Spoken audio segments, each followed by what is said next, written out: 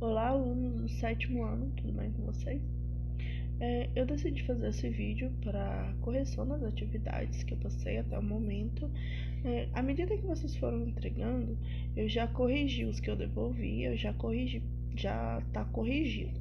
Mas eu resolvi fazer o vídeo para vocês ficarem tranquilos quanto às suas respostas, porque as perguntas, elas também têm base para vocês estudarem, certo? Então, corrijam as atividades como acharem necessários. E se você ainda não entregou, por favor, entregue as suas atividades, porque isso vai ser legal para você lá no final do bimestre. Então, a primeira, lá na página 26, a primeira questão.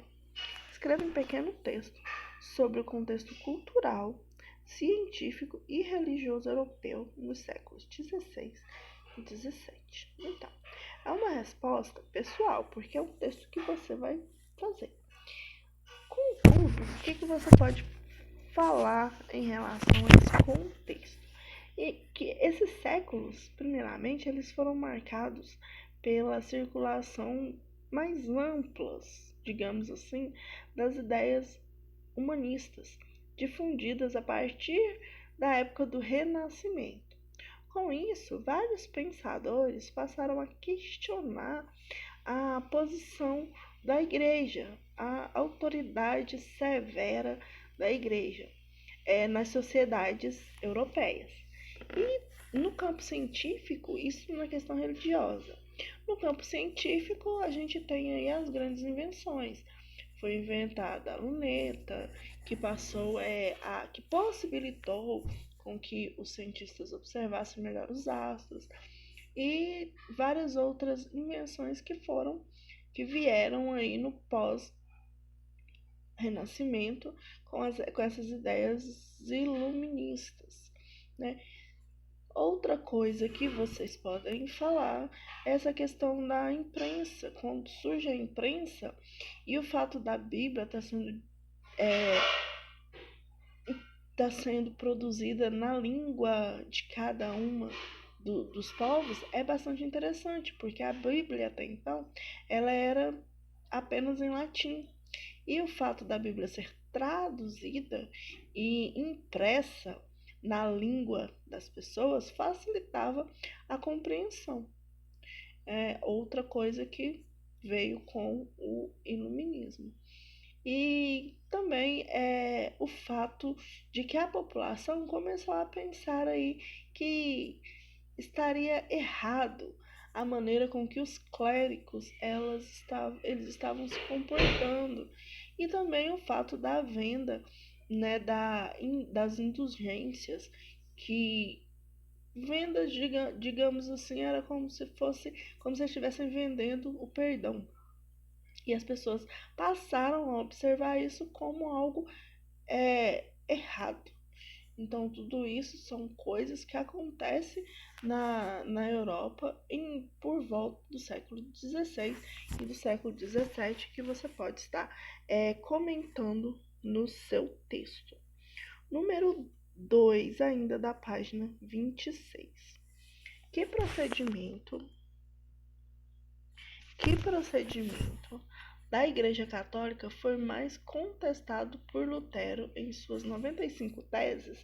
Explique esse procedimento. São duas perguntas. A primeira, qual procedimento foi esse? Então, o procedimento que o Lutero, Martinho Lutero, mais contestava era o fato da igreja vender as indulgências, ou seja, vender o perdão de Deus. E por que ele condenava esse ato desse vender o perdão de Deus?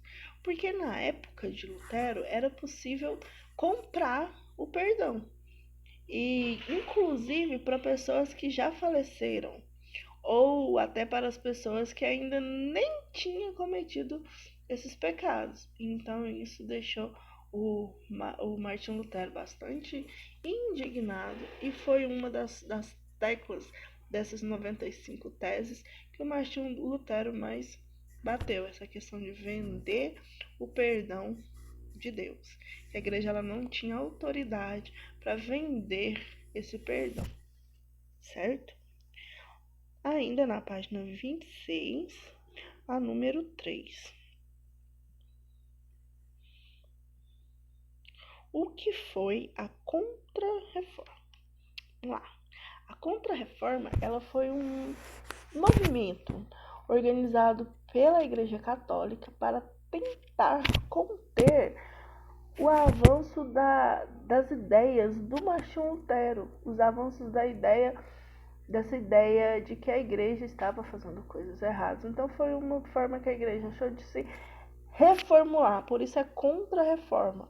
É a reforma religiosa que dá abertura aos protestantes e a contra-reforma é a resposta, digamos assim, que a Igreja Católica dá aos seus fiéis. Então, para isso, eles realizaram um encontro para discutir as formas de combater esse movimento protestante e reavaliar também as condutas dos líderes no catolicismo.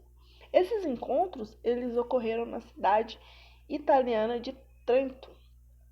Por isso ficou conhecido como Concílio de Trento.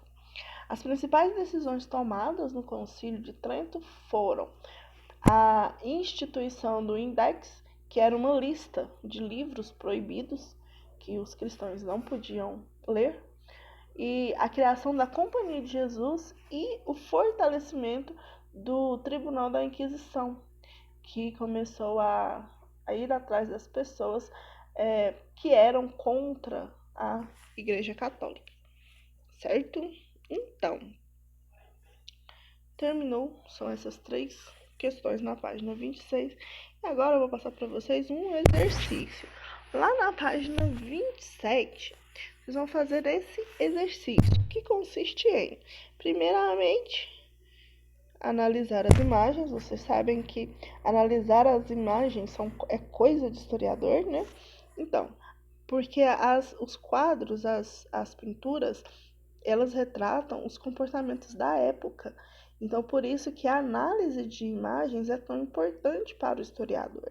Então, vocês vão analisar essa imagem, a letra A, essa imagem, letra B, e responder. Observem também, óbvio, igual eu já ensinei para vocês em sala, o ano que foi feito, a pessoa que foi feita e o que está representando. Todas as pinturas, elas têm essas descrições. Ou aqui, essa daqui tem no final dela. Algumas estão do lado, enfim, mas todas essas pinturas geralmente têm essas descrições. Vai observar, analisar, ler as descrições e responder as alternativas A, B e C. Vocês vão responder isso no caderno, no livro. Essa daqui é a página do livro, tá vendo? Não tem espaço para resposta. Vocês vão responder no caderno. Escrever lá, Goiânia, a data que vocês vão escrever. E aí, não precisa copiar as perguntas. Você pode só escrever assim no cabeçalho. Atividade, página 27. E responder lá, letra A. E coloca a resposta. Por quê?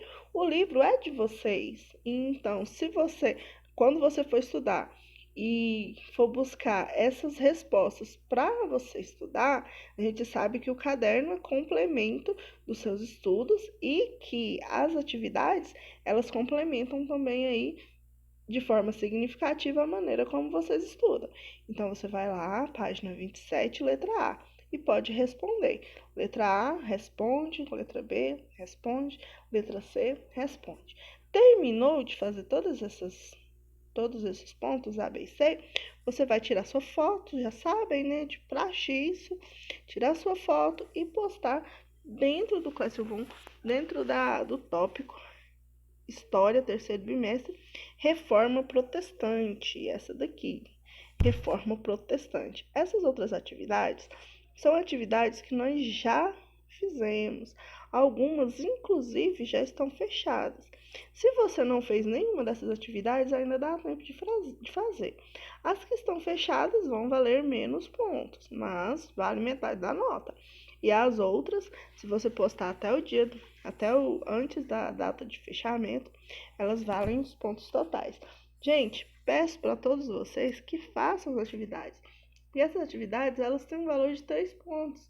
No final do terceiro bimestre, 3 pontos é uma quantidade significativa de pontos. Então, se você ainda não fez, faça todas essas atividades e posta lá no Classroom, tá ok? Galera, qualquer dúvida que vocês tenham, pode me procurar, tá ok? Beijos para vocês e até nossa próxima aula.